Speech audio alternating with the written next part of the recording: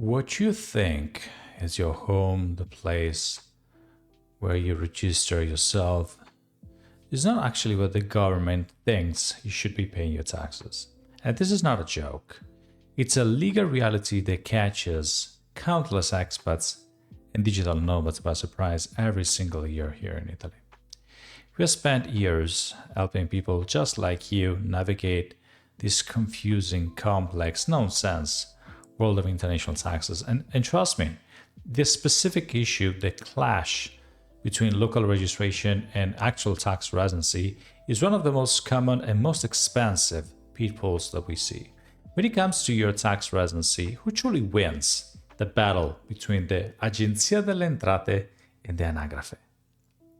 Is it simple like a choice between registering your domicile, or there is a deeper, more powerful force at play? You see, most people believe that once you register to the Anagrafe, the local registry office, the municipality, that's it, you're done. You're officially an Italian resident, ready to enjoy la dolce vita. And in many ways, yes, that registration is a crucial step. It unlocks access to public services, to healthcare, and that wonderful sense, the feeling of belonging in this new community. But here's the critical and very misunderstood part. The Anagrafe and the Agenzia delle Entrate, or tax regency, they work under different rules, different sets of rules when it comes to determining your tax residency.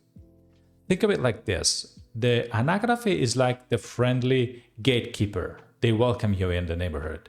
The Agenzia delle Entrate, on the other hand, is the digital accountant looking for the bigger picture of your financial life to decide whether or not you truly belong for tax purposes. And sometimes their definitions don't quite align. And this misalignment can lead to some truly unpleasant surprises. Let's talk about Maria, fake name. She's a freelance graphic designer. She works from Canada.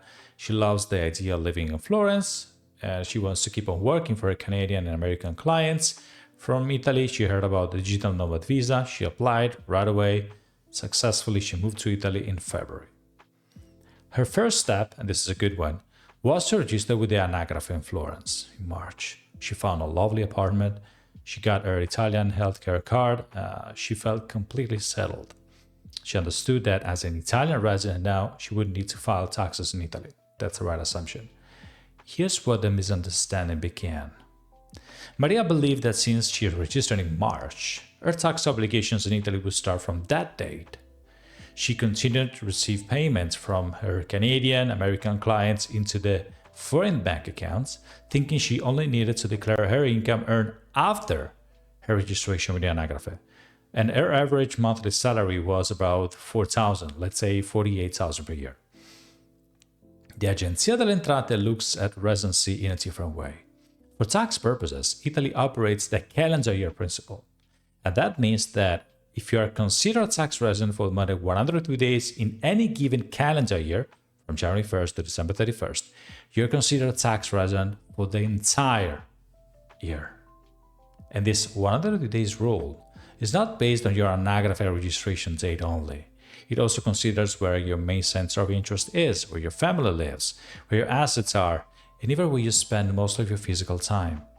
In Maria's case, even though she registered with the Anagrafe in March, the Agenzia delle Entrate could argue that based on how she behaved, because she moved to Italy with the intention of staying, found a permanent home, and she started conducting her main professional activity from here, her center of interest shifted to Italy much earlier, potentially even from January 1st.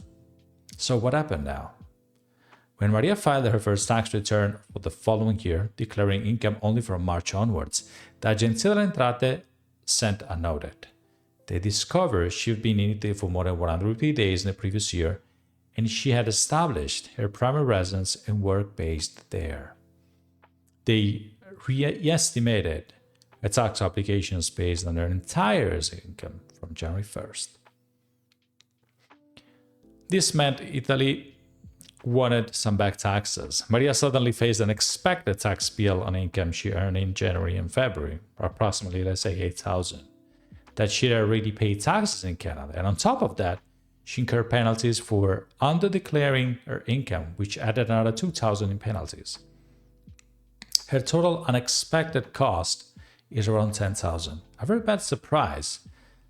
They could have been avoided by understanding tax residency. That is more than just a registry entry. Now, let's pick another example. Let's consider Paulo. Paulo is an Italian citizen, but he has lived and worked in London for 15 years as a software engineer. His family, his wife, 2 children still live in Rome because his wife has a very demanding job there and children are settled to school. They have older friends there.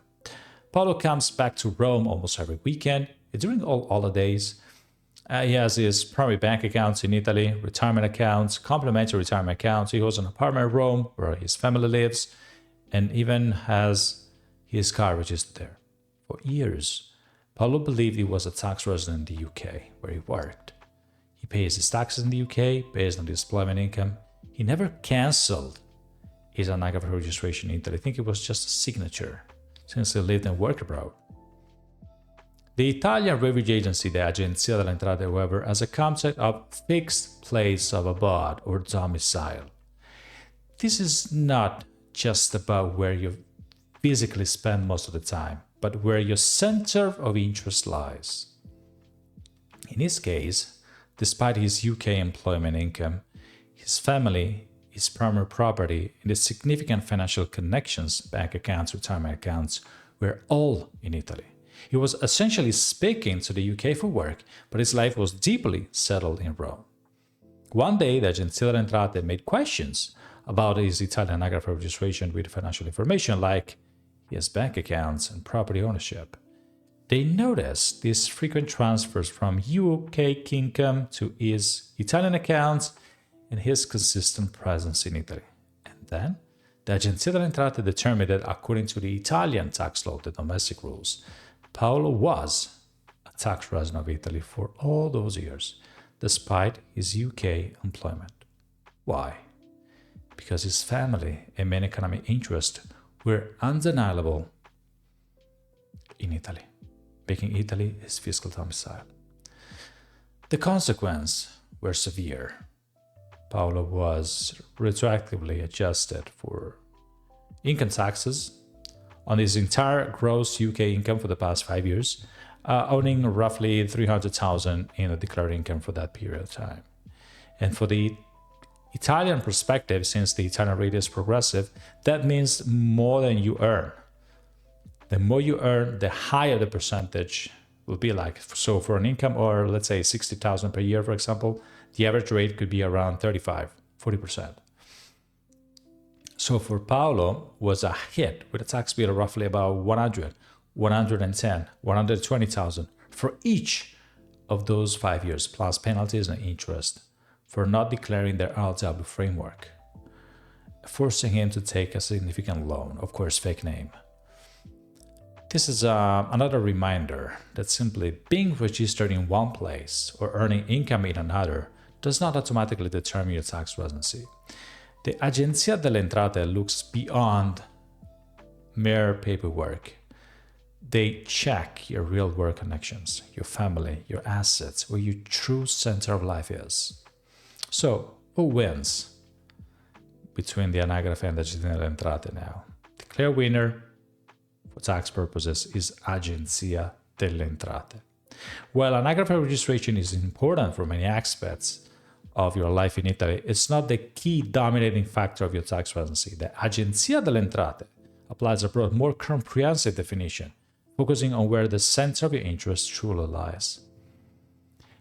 This is crucial for digital nomads. While the new visa welcomes you, it doesn't automatically simplify your situation. You need to be proactive. You need to understand all those details before you make assumptions that could cost you a lot of money. We understand that navigating these rules can feel like trying to solve a complex puzzle in a foreign language and blindfolded, but you don't have to do it alone. If you find these examples useful, if you want to ensure your Italian journey is smooth and free from unexpected tax surprise, we encourage you to like this video, subscribe to our channel for more insights, and hit the notification bell so you'll never miss a crucial update. And remember, knowledge is your greatest protection. So stay informed, stay proactive. and let's make your move to Italy a financial success story.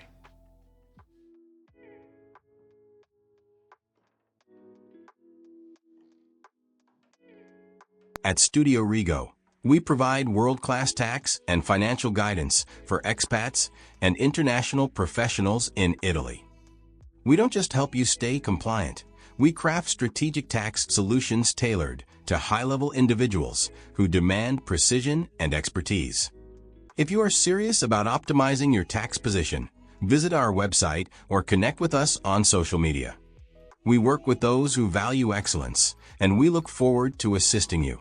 Thank you for watching. See you in the next video.